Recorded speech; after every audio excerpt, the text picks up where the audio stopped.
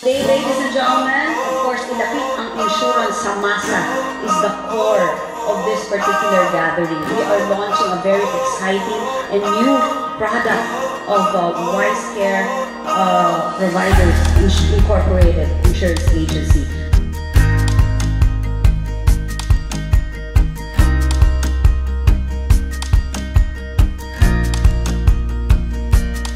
Ang WiseCare ko, running 8 years. Sa 8 taon na pamamayagpag ng brokerage ko na WiseCare, marami na kaming blessing na tinanggap.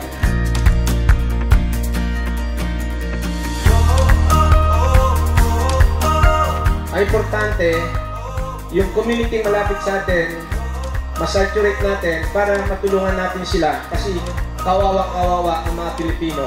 Walang ahente na nag-career ng insurance. So dahil may special project na binakits to, wala na makakatapat si WPI kasi para sa masa ang WPI.